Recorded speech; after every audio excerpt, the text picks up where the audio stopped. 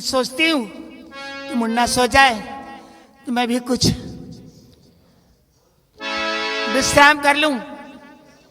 सो जा मेरे लाल बिता ले आधी रैना, सो जा मेरे लाल।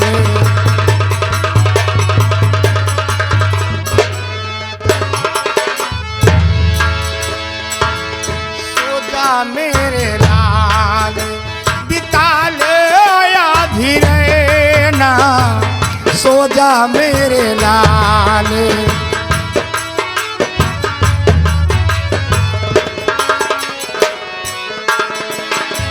सुख भी सोए दुख भी सोए, सोए तोता मैना। सुख भी सोए दुख भी सोए, सोए तोता मैना।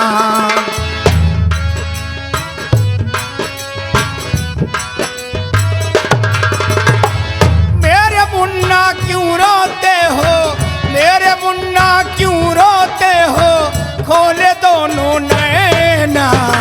सो जा मेरे लाल बिता ले आधी रैना।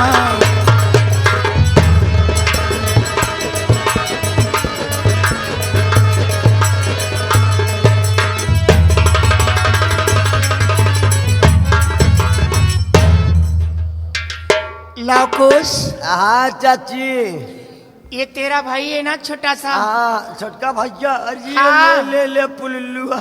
छटका भाई है तेरा? अच्छा ठीक है ना? बढ़िया बढ़िया है। बैठ जा आराम कर ले। बैठे। तू दूध पिया कि नहीं? अरे क्यों नहीं? मामा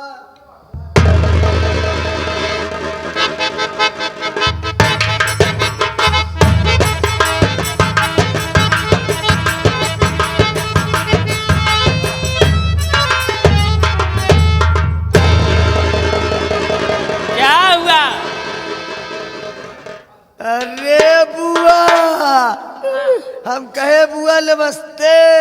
नमस्ते नमस्ते। और बताइए और बढ़िया बाकाश, क्या हुआ? बड़ा दिन बाद चल दी हूँ आज घूम आए।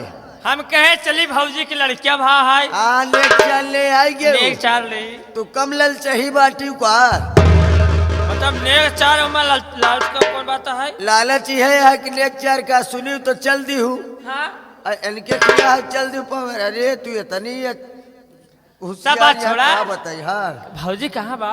बैठी है। बैठी है। आवा चला।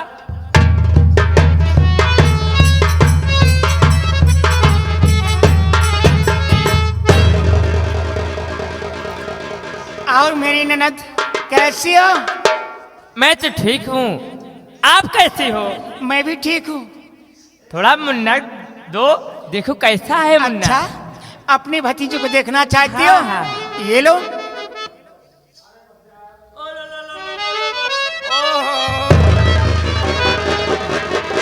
कितना सुंदर है, एकदम भैया पे गया है। तुम्हारे भैया को पड़ा है? हाँ देख नाक जैसी आंख देख। हाँ बस ले ले ले ले ले ले ले। ले भैया, भैया बुआ को दूध पी ले। अरे भाभी, क्या? इसे तो बुखार हुआ है। हाँ छोटा मुन्ना है, आगे आओगा। इसे लो, खा लो। भाभी जाओ।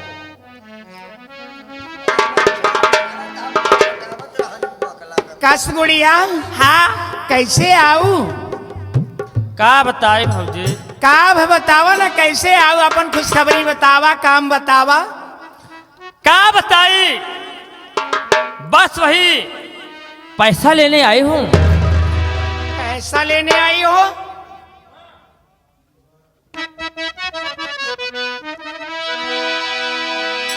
अरे मेरा पैसा तुमको अब देना पड़ेगा।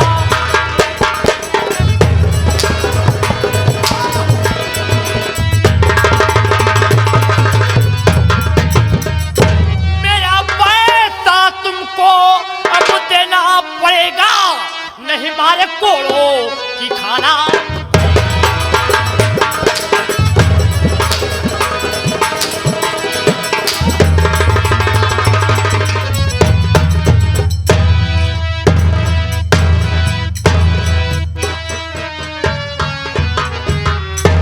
बस वही पैसा लेने आई हूँ, जितना जल्दी हो मेरा पैसा तुरंत दो।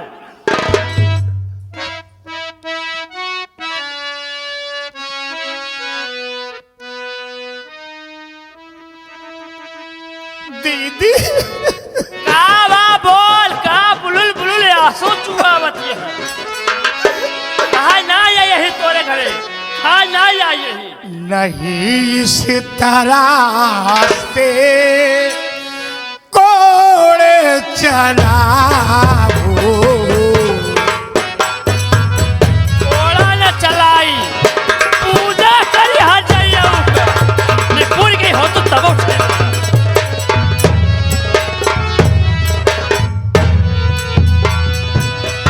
नहीं इस तरह से कोड़े चलाओ, नहीं इस तरह से कोड़े चलाओ, जरा इस अभागन पे रहम थोड़ा खाओ।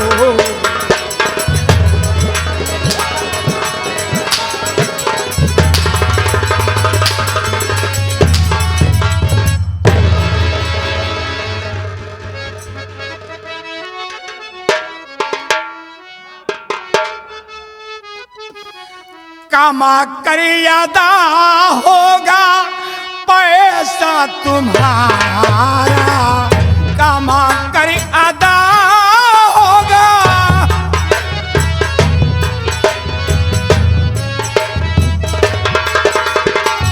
कमा कर अदा होगा पैसा तुम्हारा, नहीं दीदी सितम को गुजारा।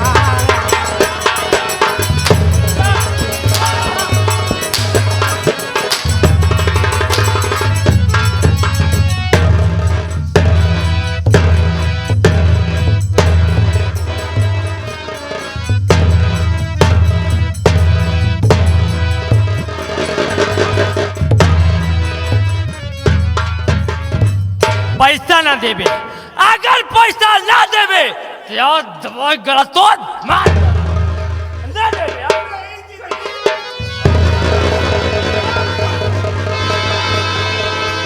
अरे हर जाई रंडी, अरे बुआ तू बता मेरी माँ की गला को दबाती है क्यों, कौन सी ऐसी गलती अरे मेरी माँ ने किया, सब शब्दों में मुझको बता दी। खबरदार बोलिया, अरे चुपा रोक ले बस खबरदार।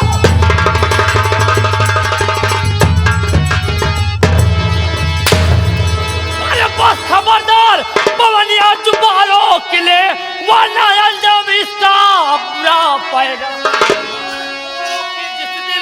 तू खा जाएगा सीधे मुल्क के अदब की।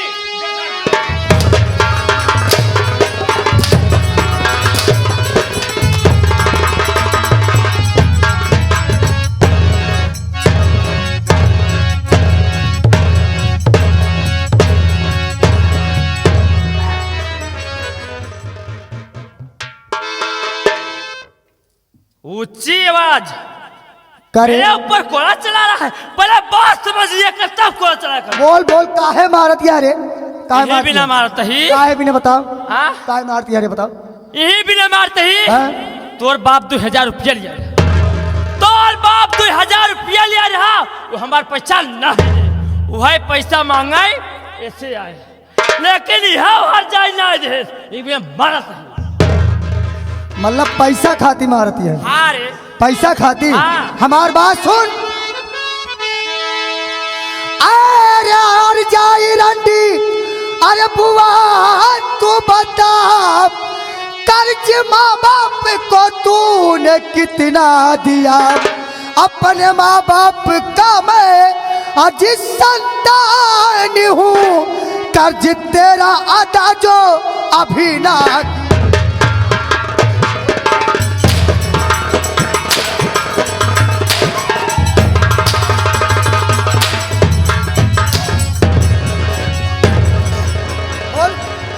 कितना पैसा दे अरे बोल। इतना बड़ा हो ना 2000 रुपया दे ही लाया दे दे। अच्छा। इतना धतकर हो तो 2000 हाँ रे 2000 ना हाँ रोक खड़ी रहो इसे। हाँ खीरा हवा कहूँ 2000 ना हाँ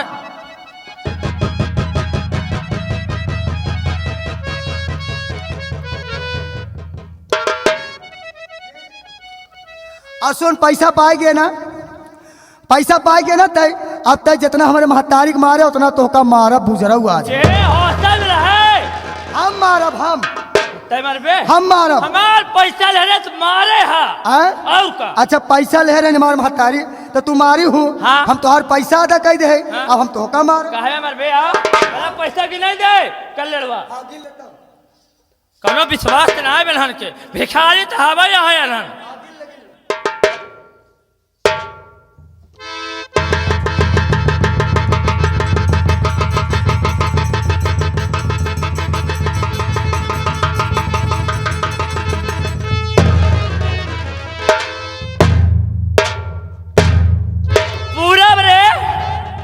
ना जाब तो करबे कहते का करबे हाँ न जाबू ना अब तो कोड़स मारत है और कहूँ समझ लो दूसरे चीज से मारे लागम ना तो समझ लो फिर दूसर मेल हो जाबू फूली वो तोरे खियास से फलानी नहीं है के तोरे खियास फलानी नहीं है लेकिन तो हमारे खिया कौन अगर तू ना अबू ना तेओ पवन तोहरा खिया मुतायु नहीं।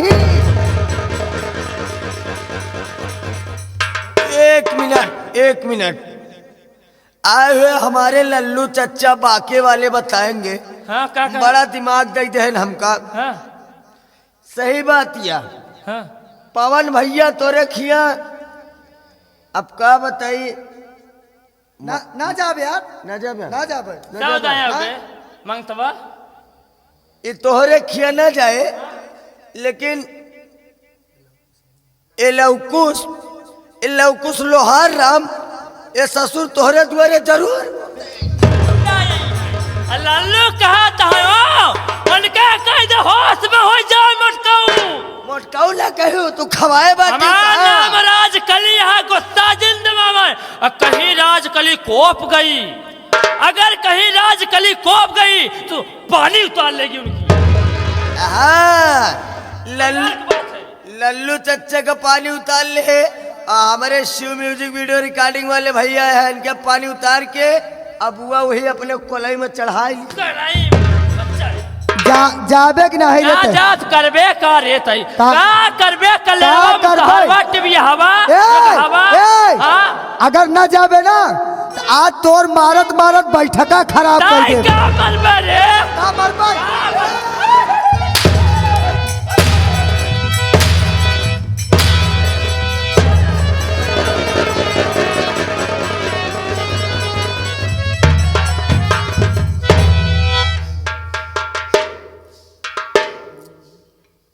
पवन जी माँ मैं तुझसे एक बात मालूम करना चाहती हूँ। बोल माँ।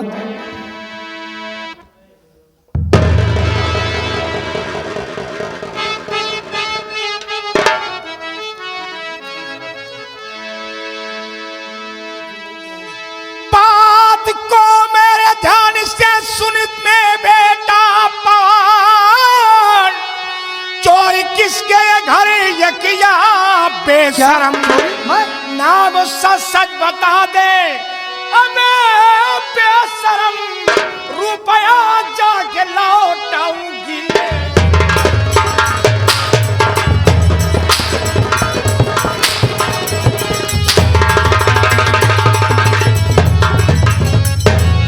नालायक चोरी किया है ये रुपया कहाँ तुझे मिला है बोल कहाँ मिला है चोरी के सिवा इतने पैसे आएंगे कहाँ तेरे पास बोल।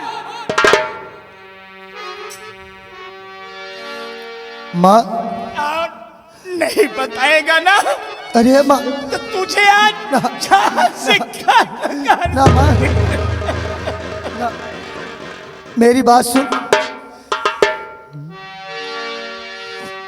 कि मुसीबत में मदद मेरे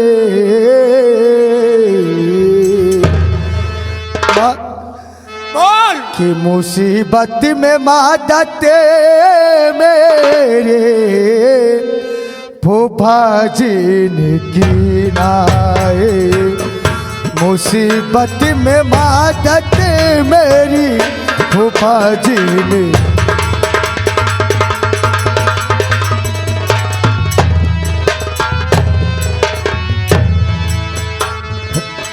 मुसीबत में मदद मेरी फूफा जी ने की नाए। हो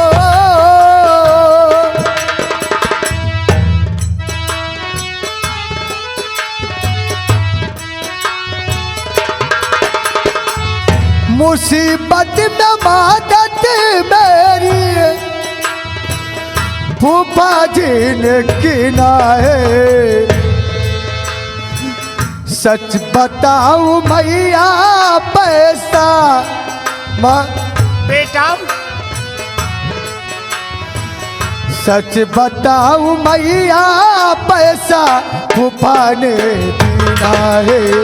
सच बताऊं मैया पैसा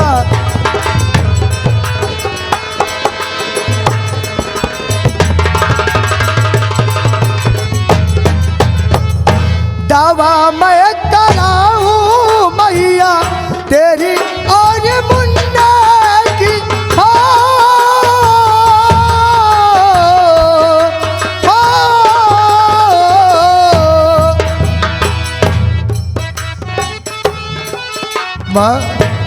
मुन्ना बोल दावा मैं कराऊं मैया तेरी और मुन्ने की।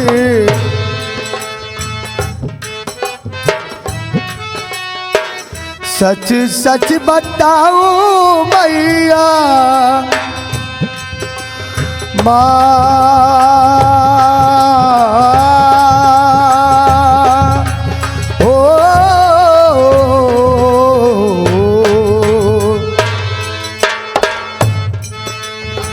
सच बताऊं मैया पैसा फूफा ने दिया है।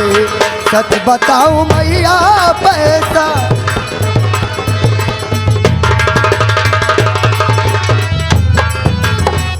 माँ ये तेरा बेटा चोरी नहीं किया माँ, बल्कि मैं पिताजी को लिवाने फूफा के यहाँ गंगापुर गया था तो वहाँ पिताजी को नहीं पाया। फूफा बोले कि तुम्हारे पिताजी को बुआ तुम्हारी मार कर घर से भगा दी।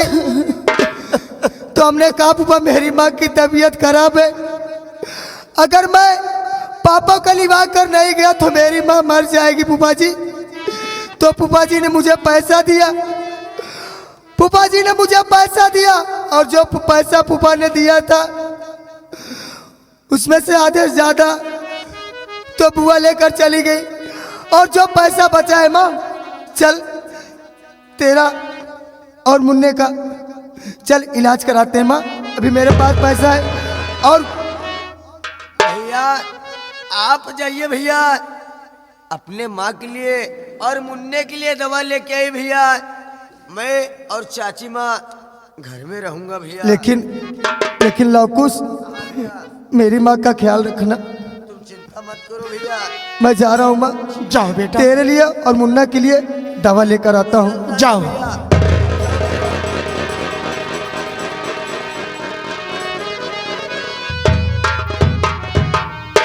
चाची माँ क्या है लौकुश? बहुत थकाई लग गई है चाची माँ। हाँ चलिए थोड़ी देर आराम कर लेते हैं, मुन्ने को भी आराम करवा देते हैं, सो लेगा, उसके बाद घर का काम करेंगे।